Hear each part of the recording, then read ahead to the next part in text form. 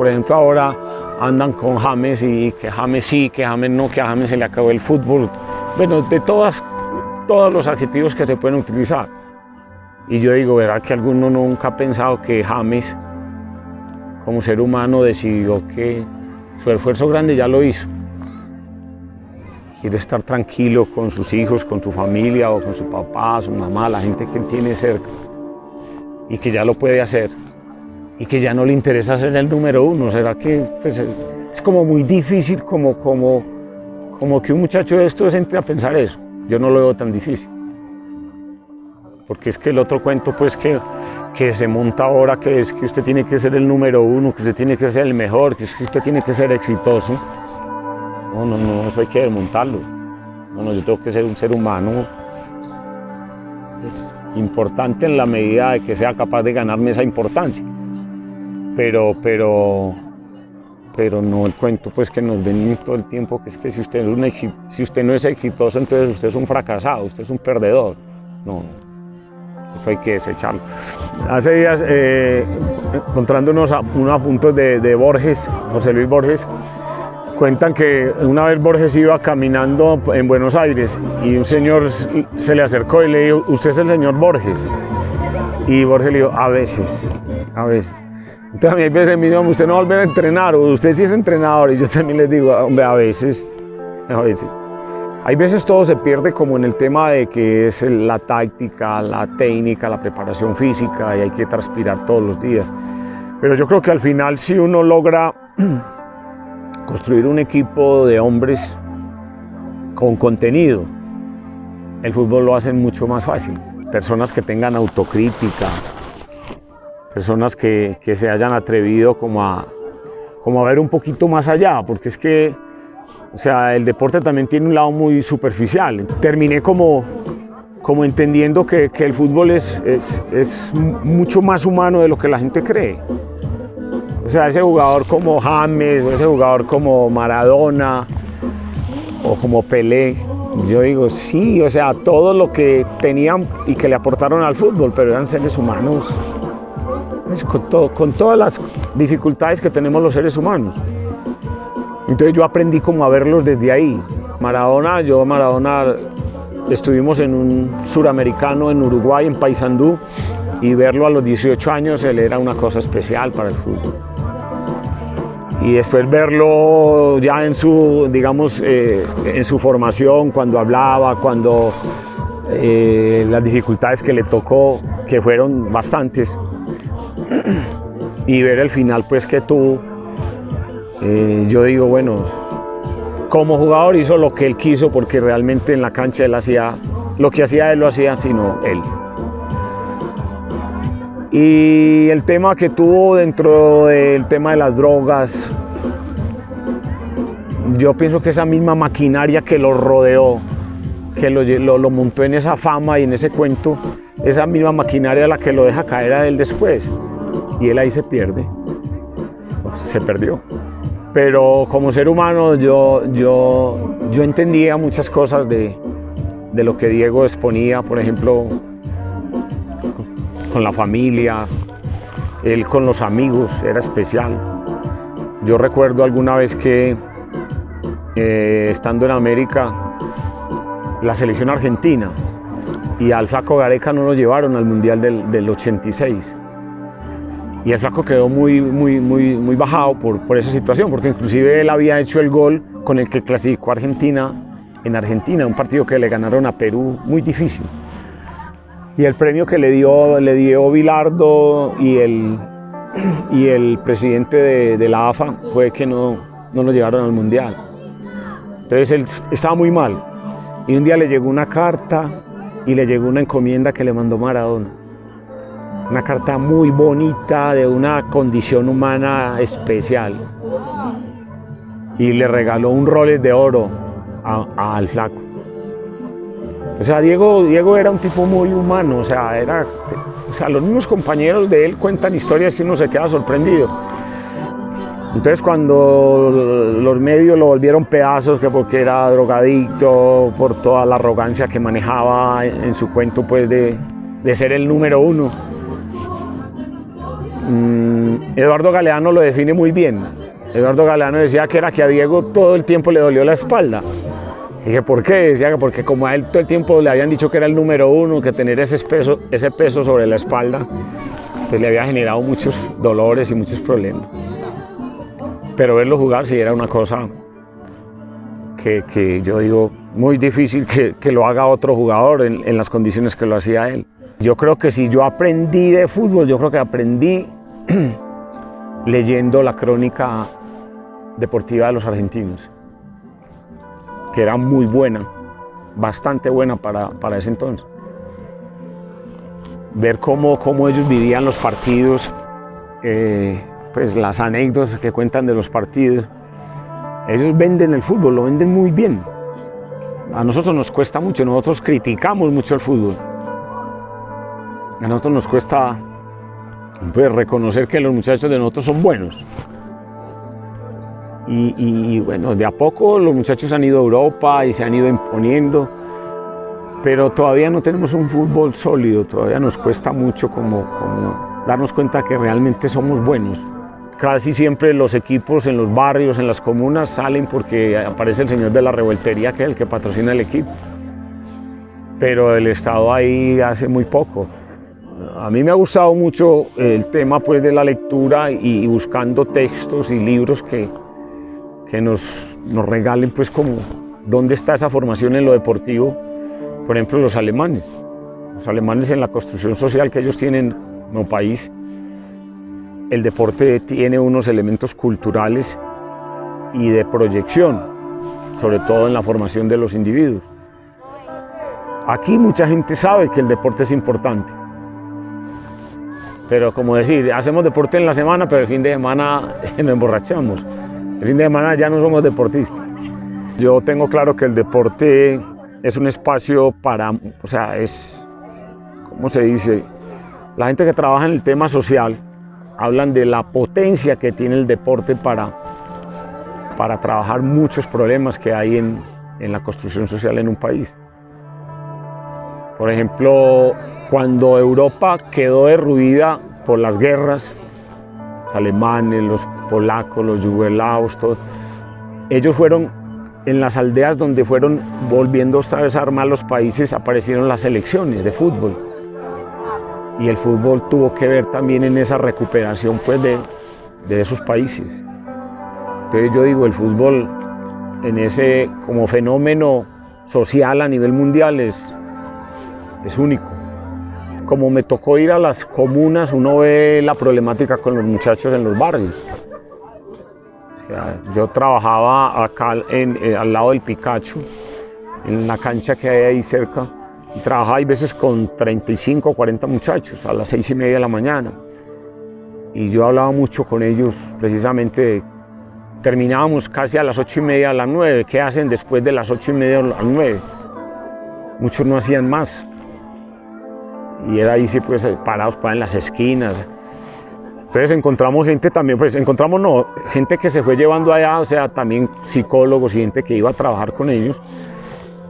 Y yo creo que todo eso de alguna manera los marcó, porque ya sabemos que en los barrios pues hay otro problema delicado para los muchachos jóvenes, los problemas de violencia que hay. Entonces uno termina viendo a algunos muchachos que terminan por ahí en las bandas y realmente eso sí que da tristeza, porque uno, por el deporte, uno se da cuenta muchas veces que hay muchachos muy inteligentes, que podían pues perfectamente estar en la universidad y ser personas muy valiosas, y de pronto le cuentan a uno que está por allá metido en una banda o que lo mataron, que lo encontraron.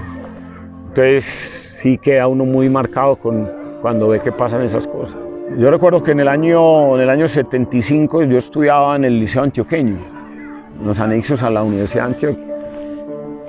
Y había un profesor, el profesor don Alberto Villa. Don Alberto nos hablaba de lo que iba a ocurrir en este Medellín años más adelante. Yo alguna vez le hice una pregunta a mi papá, le decía, papá, porque yo veo que en las culturas paisa siempre el cuento fue que el paisa era muy trabajador. Entonces el cuento era que había que llevar plata a la casa. Y usted veía familias numerosas, muy numerosas. Y entonces gente que, sí, porque yo digo, una familia de 10 hijos, donde los 10 hijos trabajan, pues así que van a un mercado, para hacer un mercado, les sobra la plata para armar un mercado. Pero a mí lo que más me impresionaba era que encontraban algunas familias que le decían a algunos de los muchachos, hombre, ¿usted qué? Usted va a seguir estudiando toda la vida, usted no tiene un peso. Y a su hermano, ya tiene como 4 fincas y tiene no sé cuántos apartamentos. Entonces usted se va a quedar toda la vida estudiando.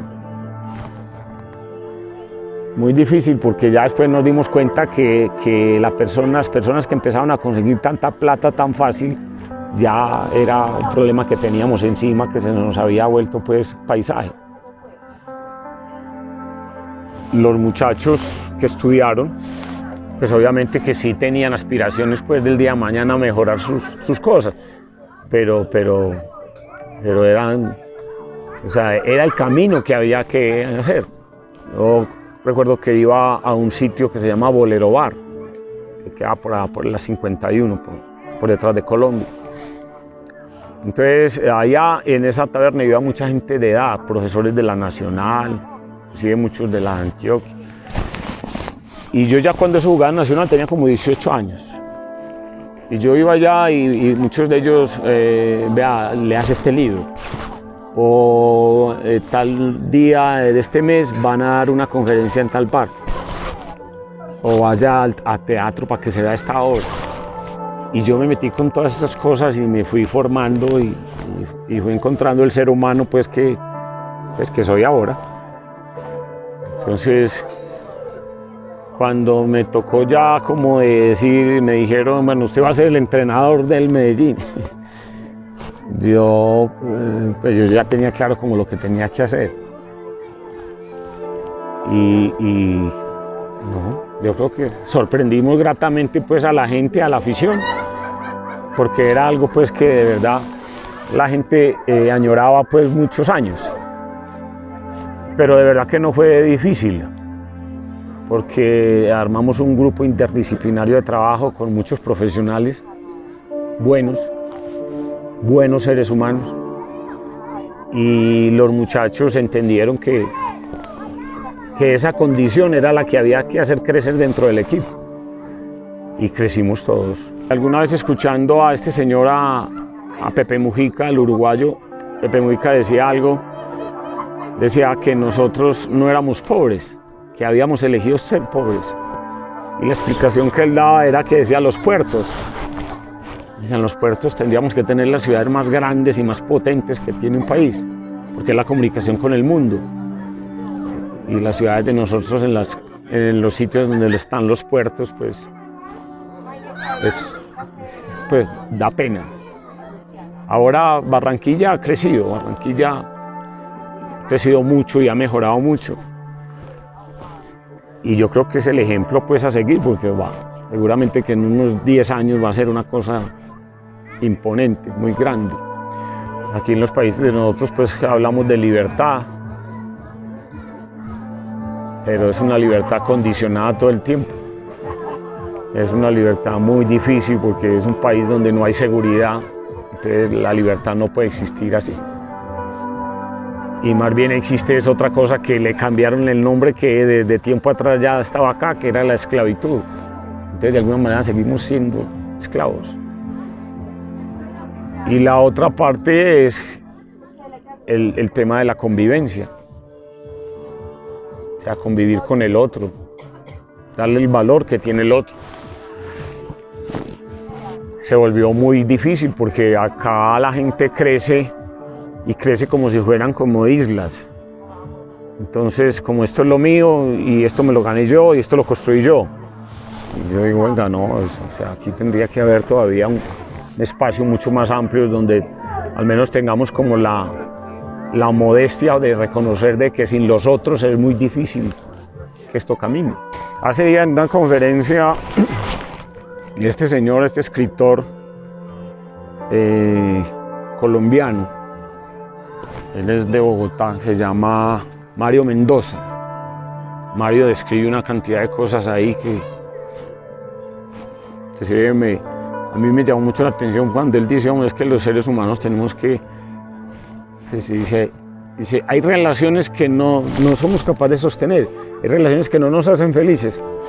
Y dice, y hay gente que anda con un cadáver para un lado y para otro y no es capaz de dejar el cadáver. Entonces tocó muchos temas bravos. Y a lo último toca un tema que él dice que es el carpe diem. Él dice, el único día que tenemos es hoy, no tenemos más. Entonces eso también a mí me puso a pensar en el sentido de uno dice, hombre, si el ser humano es muy arrogante, puede ser muchas cosas. Porque ahora con lo que mencionamos atrás cuando hablábamos de la convivencia y el tema de la libertad, había un apunte también muy fuerte que decía, hombre, ¿cómo hacemos con una cantidad de gente liberada que ya se siente libre? Que la libertad es uno de los ideales que se cumplió hace rato, pues, en estas épocas. Pero que son mortales, pero se creen inmortales. Y que no saben o no quieren entender cuál es su mortalidad, en qué consiste su mortalidad. Y yo digo, muy bueno en esa parte de lo que usted me preguntó ahora cuando decía, bueno, ¿y qué piensa cuando se muere? Yo digo, bueno, esa sería una de las cosas, aprender a vivir como mi propia mortalidad, como es, como habría que vivir. A los jóvenes, yo digo que eso me lo enseñó Eduardo Galeano, que él decía que había que aprender a ver el mundo con un ojo en el microscopio y otro ojo en el telescopio. Ese sería como el mensaje para los muchachos. No, y qué bueno que pues, los muchachos se preocuparan por tener una visión pues, crítica de las cosas. Tendríamos muchos más aciertos, pues. Yo recuerdo que en esa época del Medellín, el psiquiatra tenía una música que él colocaba en las charlas y había un tema de un cantante argentino que hablaba de los miedos, que dice, pongamos los miedos afuera. Pero sí, es una canción de uno de estos muchachos del rock en español, muy buena. Y el psiquiatra colocaba mucho ese tema. Aprender a poner los miedos afuera. Y yo creo que esa lección pues tiene vigencia ahora. Sí, no, es que el miedo lo único que ha causado es eso, miedo. Pero yo creo que cuando la gente estudia, se prepara, esos miedos pues desaparecen. El expresidente Mujica lo expresa muy bien cuando él habla de que cuando uno ahorra para comprarse un carro, uno cree que está pagando pues los 40 millones que ahorró para comprarse el carro. No, uno es pagando con el tiempo de vida que uno tiene. Y yo creo que para lo más importante es cuidar el tiempo, o sea, saber qué hacer con ese tiempo. Para mí, pues. Inclusive yo hace días molestaba a los muchachos en el equipo y les decía, yo voy a ser el hombre más poderoso del mundo, de tiempo libre. Decía, o molestarlo. Sí, a mí me parece que saber utilizar el tiempo libre, ese tiempo creativo, es muy importante.